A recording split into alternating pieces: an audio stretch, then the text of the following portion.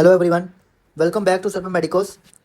In this video we will discuss about second part of thyroid cancers. So let's start our topic. देखिए अभी हम करेंगे papillary carcinoma. Okay, इसके जो point मैं आपको बताऊंगा आपने वही नोट करने हैं. ठीक है, जो पेपिलरी कार्सिनोमा होता है ना, इसमें जो होता है पेशेंट होता है उसकी हिस्ट्री होती है. किसकी हिस्ट्री होती है? रेडिएशन की हिस्ट्री के साथ पेशेंट हमारे पास प्रेजेंट करता है कि चाइल्डहुड में उसने होता है कोई रेडिएशन करवाई थी, लाइक उसने कोई जो होती है वो कोई भी रेडिएशन का एक्सपोजर हुआ था उसका, तो इसकी हिस्ट्री होती है रेडिएशन के साथ. सबसे पहला पॉइंट आपने ये याद रखना है. ओके, रेडिएशन के साथ इसकी हिस्ट्री होती है. और ये मोस्ट कॉमन किन के अंदर होता है? मोस्ट कॉमनली हमारे पास इनमें इन्वॉल्व होती हैं फीमेल होती हैं. ठीक है, फीमेल होती हैं 20 to 40 ईयर की एज होती है. 20 to 40 ईयर एज में मोस्ट कॉमन होता है, फीमेल होती हैं. और रेडिएशन के साथ इनका एक्सपोजर होता है, हिस्ट्री होती है रेडिएशन की. ठीक है, रेडिएशन की. ओके, तो ये पॉइंट आपने याद रखने हैं. अब ये जो पेपिलरी कार्सिनोमा होता है, पेपिलरी कार्सिनोमा होता है, अब इसमें होता क्या है? इसके अंदर जो म्यूटेशन होती है रेट जीन की, increase risk with rate gene. और रेट जीन जो होता है और बी रैफ, डेट और बी रैफ दो जीन आपने याद रखनी है. रेट जीन और बी रैफ जीन की इनके अंदर क्या होती है? म्यूटेशन हो जाती है. ठीक है, म्यूटेशन होती है किसकी वजह से? जब वो रेडिएशन करवाते हैं, रेडिएशन जो होती है चाइल्डहुड में, जिसकी वजह से क्या होती है? म्यूटेशन होती है. ये हमारे पास जीन की. ठीक है, और ये जो जीनेशन होती है किसकी? रेट जीन की और बी रैफ जीन की. ओके, अब म्यूटेशन होने की वजह से क्या होता है? इसको पेपिलरी कार्सिनोमा होता है. जो कार्सिनोमा होता है उसके पपीला लाइक प्रोजेक्शन होते हैं इसके अंदर. थायराइड फॉलिकल सेल जो होते हैं थायराइड सेल के अंदर, सॉरी थायराइड के ग्लैंड के अंदर पपीला लाइक प्रोजेक्शन होते हैं, पपिलरी कार्सिनोमा. ठीक है, अब देखें यहाँ पे देखें पपिलरी कार्सिनोमा में जब इसकी हिस्टोलॉजिकल फाइंडिंग में हमें क्या मिलता है, तो हमारे पास होती है ऑर्फन एनीआई मिलता है. क्या मिलता है? ऑर्फन एनीआई. ऑर्फन एनीआई से क्या मुराद है? ये उसका सेल है. देखें ये सेल है, ये उसका न्यूक्लियस है. और उसका न्यूक्लियस क्या होता है? वो एम्प्टी होता है. एम्प्टी न्यूक्लियस होता है, एम्प्टी न्यूक्लियस होता है, एम्प्टी न्यूक्लियस होता है. ठीक है, तो आपने ये पॉइंट आपने याद रखना, एम्प्टी न्यूक्लियस होगा, इसे हम कहते हैं ऑर्फन एनीआई. ठीक है, ऑर्फन एनीआई. ओके, उसके बाद क्या होता है? सोमोमा बॉडीज मिलती हैं. सोमोमा बॉडी क्या मिलती है? सेल के अंदर क्या होता है? जो कैंसर सेल्स होते हैं उनके अंदर क्या होता है? उनके अंदर डिपोजिट कर जाती है कैल्शियम, और वो कंसेंट्रिक डिपोजिट करती है. किस तरह के? इस तरह से डिपोजिट की होती है. कंसेंट्रिक फॉर्म में जो क्या होती है वो डिपोजिशन की होती है. इसे हम कहते हैं सोमोमा बॉडीज मिलती है. और न्यूक्लियर ग्रूव मिलता है. न्यूक्लियर के अंदर में क्या मिलती है? एक होता है हमारे पास यहाँ पे एक रॉड सा मिलता है, लाइनिंग सी मिलती है, इसे कहते हैं न्यूक्लियर ग्रूव. ठीक है, तो आप देखें इसकी जो फाइंडिंग है, हिस्टोरिकल फाइंडिंग होती है, ऑर्फन एनीआई मिलता है, सोमोमा बॉडीज मिलती हैं, न्यूक्लियर ग्रूव मिलता है. ठीक है, और ये मोस्ट कॉमन होती हैं, फीमेल को होती हैं, 20 to 40 ईयर ऑफ एज होती हैं. रेडिएशन से इनका एक्सपोजर होता है. इनके अंदर म्यूटेशन किसकी होती है? तो वो रेट जीन की म्यूटेशन होती है, रेट और पी रैफ जीन की. ठीक है, तो ये पॉइंट आपने याद रखना है. अब इसका जो स्प्रेड होता है, जो इसका स्प्रेड होता है, ये लिम्फ हमारे पास होते हैं, स्प्रेड करता है, तो ये स्प्रेड करता है लिम्फेटिक के थ्रू. लिम्फेटिक के थ्रू इसका स्प्रेड होता है, लिम्फेटिक के थ्रू. ठीक है, और ये कहाँ पे स्प्रेड करता है? सर्वाइकल लिम्फ नोड में, सर्वाइकल लिम्फ नोड के अंदर. ठीक है, सर्वाइकल लिम्फ नोड के अंदर इसका स्प्रेड होता है. और हमारे पास जब पेशेंट प्रेजेंट करता है तो पाल्पेबल सर्वाइकल लिम्फ नोड होते हैं. ठीक है, और इसका जो प्रोग्नोसिस है वो, इसका प्रोग्नोसिस क्या है? गुड प्रोग्नोसिस है. ठीक, क्या है? गुड प्रोग्नोसिस है. ठीक है, तो ये पॉइंट आपने याद रखना है. अब नेक्स्ट क्या है? नेक्स्ट हमारे पास है फॉलिकुलर कार्सिनोमा. तो फॉलिकुलर कार्सिनोमा का प्रोग्नोसिस, इसका भी गुड प्रोग्नोसिस है. अब ये इसी तरह से है जैसे हमने ये बिनाइन कंडीशन मैंने आपको बताई थी, फॉलिकुलर थायराइड एडिनोमा. ठीक है, अब इसमें क्या होता है? जो फॉलिकुलर कार्सिनोमा होता है, ये हमारे पास फॉर एग्जांपल यहाँ पे थायराइड के अंदर ये एक मास बना हुआ है, एक मास बना हुआ है. ये जो होता है कैप्सूल को इन्वेड करता है, ब्लड वेसल के अंदर इन्वेड कर देता है, ब्लड वेसल के अंदर इन्वेड करता है. तो इसे हम कहते हैं फॉलिकुलर कार्सिनोमा. कैप्सूलर इन्वेजन होती है, ब्लड वेसल जो होती है हमारे पास वेस्कुलर इन्वेजन होती है, तो इसे हम कहते हैं फॉलिकुलर कार्सिनोमा. अब इसके अंदर क्या होता है?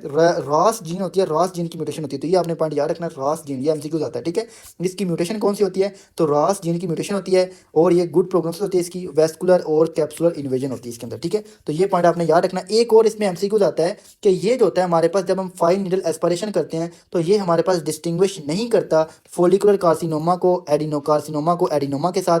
वो क्यों? इसकी रीजन क्या होती है? देखें, ये एक फॉर एग्जांपल पर्सन है, ये इसका थायराइड ग्लैंड है. ठीक है, थायराइड ग्लैंड है, और इसके अंदर यहाँ पे उसका मास है, ये फॉलिकुलर कार्सिनोमा है. ठीक है, और ये इन्वेड किया हुआ है, यहाँ पे इन्वेड किया हुआ है. अब जब हम यहाँ से जो हम फाइन नीडल एस्पिरेशन करेंगे, इसे नीडल से एस्पायरेट करेंगे टिश्यू को. ठीक है, यहाँ से एस्पिरेशन करेंगे, यहाँ से सॉरी यहाँ से हम एस्पिरेशन करेंगे, तो देखें यहाँ से हमने एस्पायरेट कर लिया, तो इन्वेजन तो इसकी यहाँ पे हुई है. ठीक है, तो हम इसको डिस्टिंग्विश नहीं कर सकते. उसके भी सेम फीचर है, इसके भी सेम है, बट डिफरेंस कहाँ पे है? वो वेस्कुलर इन्वेजन होती है इसमें, और इसमें साथ क्या होती है? उसको कैप्सुलर इन्वेजन होती है. तो हम तो अगर फॉर एग्जाम्पल यहाँ से सैंपल लिया है, तो यहाँ पे इन्वेजन हुई है, या यहाँ पे इन्वेजन हुई है, या यहाँ पे इन्वेजन हुई है. ठीक है, तो हम इसको जो होता है वो डिस्टिंग्विश नहीं कर सकते. ठीक है, तो इसके लिए हमने क्या करवाना था? एक्सटर्नल बायोप्सी करवाते हैं. ठीक है, तो ये पॉइंट आपने याद रखना है. ओके। तो ये था इसके अंदर हमारे पास फॉलिकुलर कार्सिनोमा। इसके देख लें, इसकी प्रोग्नोसिस गुड प्रोग्नोसिस है। रॉस जीन की म्यूटेशन होती है, कैप्सूलर और वेस्कुलर इन्वेजन करता है, फाइन नीडल एस्पिरेशन जो होती है इसके अंदर, वो इसका जो है डायग्नोस्टिक टेस्ट नहीं है, ये इसको डिस्टिंग्विश नहीं कर सकता, ठीक है, कार्सिनोमा को एडिनोमा के साथ। अब नेक्स्ट क्या है, नेक्स्ट आप देखें जी फॉलिकुलर कार्सिनोमा। क्या है फॉलिकुलर कार्सिनोमा? तो ये जो फॉलिकुलर कार्सिनोमा होता है, ये जो होता है ना, ये देखें, ये हमारे पास थायराइड है, तो थायराइड के अंदर ये हमारे पास पड़े हुए हैं, ये फॉलिकुलर सेल लगे हुए हैं, फॉलिकुलर सेल लगे हुए हैं, यहाँ पे सारे फॉलिकुलर सेल लगे हुए हैं, ठीक है। ये सारे इसके जो इधर उधर जो इसके जो पैरा फॉलिकुलर सेल्स में होते हैं ना, यहाँ पे इनको कहते हैं, ये हमारे पास सेल्स होते हैं, इसके जो पेरीफेरी में सेल पड़े होते हैं फॉलिकल के, तो ये होते हैं हमारे पास, इन्हें हम कहते हैं पैरा फॉलिकुलर सी सेल, इन्हें कहते हैं पैरा फॉलिकुलर सी सेल। तो अब इनका कार्सिनोमा हो जाए, इनकी नियोप्लास्टिक प्रोलिफरेशन हो जाए, इन्हें हम कहते हैं मिडुलरी कार्सिनोमा, इन्हें हम क्या कहते हैं, मिडुलरी कार्सिनोमा। ओके। अब ये जो होते हैं हमारे पास पैरा फॉलिकल सी सेल होंगे, जब इनका कार्सिनोमा होगा तो ये रिलीज करेंगे, क्या रिलीज करेंगे, कैल्सीटोनिन, कैल्सीटोनिन। अब ये कैल्सीटोनिन क्या करेगी, ये जाएगी पैराथायराइड ग्लैंड के ऊपर, सॉरी, पैराथायराइड ग्लैंड के ऊपर जाएगी, और पैराथायराइड ग्लैंड से क्या रिलीज जो होती है, उसको जो है उसको इनहिबिट कर देगी, पैराथायराइड ग्लैंड को क्या करेगी, इनहिबिट करेगी। अब जब इनहिबिट हो जाएगा तो यहाँ से क्या रिलीज होता था, यहाँ से ये पैराथायराइड पैराथायराइड हार्मोन रिलीज करती थी। अब ये जो पैराथायराइड हार्मोन था, ये बॉडी के अंदर कैल्शियम का लेवल जो होता था, कैल्शियम का लेवल जो होता है उसको इंक्रीज करवाता है, ठीक है। तो अब क्या होगा, जब पैराथायराइड हार्मोन जो होगा वो रिलीज नहीं होगा, क्योंकि ये पैराथायराइड ग्लैंड इनहिबिट हो गया, तो फिर क्या होगा, उसकी कैल्शियम का लेवल कम हो जाएगा, हाइपोकैल्सीमिया होगा, पेशेंट को क्या होगा, हाइपोकैल्सीमिया होगा, हाइपोकैल्सीमिया होगा, पेशेंट हमारे पास प्रेजेंट करेगा हाइपोकैल्सीमिया के साथ। तो ये पॉइंट आपने याद रखना है। और क्या होता है, ये जो कैल्सीटोनिन होती है इन पेशेंट के अंदर, जब हम इसकी एग्जामिनेशन करते हैं, हिस्टोरिकल फाइंडिंग देखते हैं, तो ये जो कैल्सीटोनिन होती है, कैल्सीटोनिन ये जो होती है अमाइलाइड की फॉर्म में होती है, ये कैंसर है, फॉर एग्जांपल थायराइड का कैंसर है, यहाँ से रिलीज होती है, और इसी में अमाइलाइड की फॉर्म में होती है कैंसर के अंदर, ये डिपोजिट कर देती है, क्या करती है, डिपोजिट करती है in the form of amyloid. Amyloid वो प्रोटीन होती है जिसको होती है वो हम डिस्ट्रॉय नहीं कर सकते, ठीक है। तो अमाइलाइड की फॉर्म में ये डिपोजिशन की होती है इसकी, अमाइलाइड स्ट्रोमा, ठीक है। तो ये पॉइंट आपने याद रखना है। और इसकी एसोसिएशन किसके साथ है, मैन 2A और 2B के साथ। ये आगे नेक्स्ट टॉपिक आएगा तो मैं उसको उधर मैं इसको डिटेल से आपको बताऊंगा, ठीक है। तो यहाँ पे आपने याद रखना है, ये पहला पैरा फॉलिकुलर सी सेल का कैंसर होता है, ठीक है, पैरा फॉलिकुलर सी सेल का कैंसर होता है, ठीक है। उसके अलावा इसमें कैल्सीटोनिन प्रोड्यूस होता है, और इसकी जो होती है म्यूटेशन कौन सी, रेट जीन म्यूटेशन होती है, मैन 2A मैन 2B के साथ इसकी एसोसिएशन हो सकती है, ठीक है। और अमाइलाइड जब हम हिस्टोरिकल फाइंडिंग देखते हैं तो यहाँ पे देखेंगे अमाइलाइड की फॉर्म में ये क्या होती है, ये डिपोजिट की होती है, ठीक है। जब हम स्टेनिंग करेंगे तो कोंगो रेड स्टेनिंग से हम देखेंगे तो हमारे पास अमाइलाइड डिपोजिट की होगी, ठीक है। तो ये पॉइंट आपने याद रखना है, ओके। अब नेक्स्ट हमारे पास एक लास्ट जो है, लास्ट ट्रैक है कैंसर, अनडिफरेंशिएटेड एनाप्लास्टिक कार्सिनोमा। तो ये आपने इसका याद रखना है, ये जो कैंसर होता है इसकी प्रोग्नोसिस जो है वो सबसे पहला पॉइंट है उसकी, पुअर प्रोग्नोसिस होती है, क्या होती है, पुअर प्रोग्नोसिस होती है, ठीक है। और ये हमारे पास ओल्डर में होता है, ओल्डर पीपल होते हैं, ठीक है। और ये हमारे पास अनडिफरेंशिएटेड होता है, डिफ्रेंशिएटेड होता है, ठीक है। मीन इसको डिफ्रेंशिएट ही नहीं कर पाते सही से, किस टाइप का है, फॉलिकल है, कौन सा है, पेपिलरी है, कौन सा, इसको डिफ्रेंशिएट नहीं कर पाते, इसलिए इसका नेम है अनडिफ्रेंशिएटेड ए प्लास्टिक कार्सिनोमा, ओके।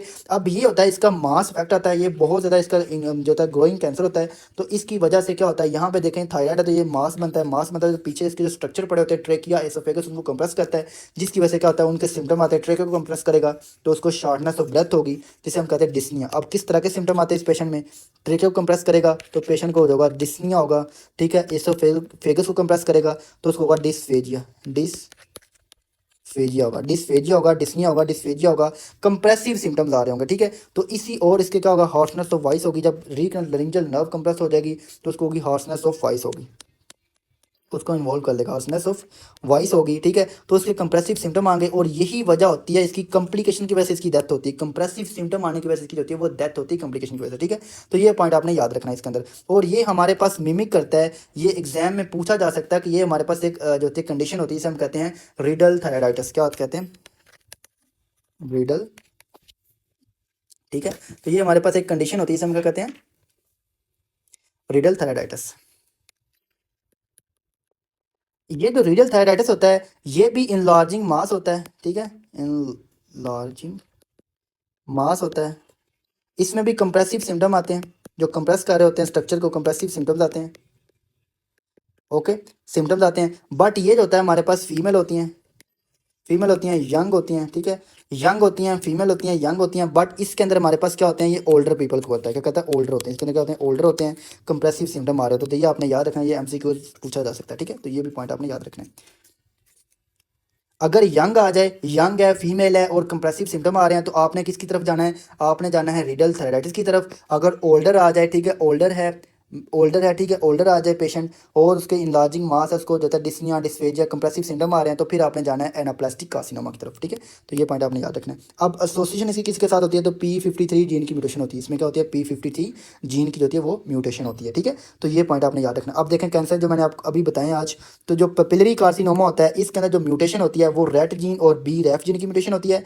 जो फोलिकुलर कार्सिनोमा होता है इसके अंदर रास जो होता है उसकी म्यूटेशन होती है। और जो हमारे पास मिडुलरी कार्सिनोमा होता है इसके अंदर भी रेट की जीन की म्यूटेशन होती है। और एनाप्लास्टिक कार्सिनोमा में P53 जीन होती है, जिसे हम गार्डियन ऑफ जीनोम कहते हैं, इसकी म्यूटेशन होती है, ठीक है। तो ये पॉइंट आपने याद रखने हैं। तो ये जितने मैंने आपको पॉइंट बताए हैं आपने इतने ही याद रखने हैं, तो आपका ईजीली जो होते हैं MCQs आपके कवर हो जाएंगे। Thank you so much.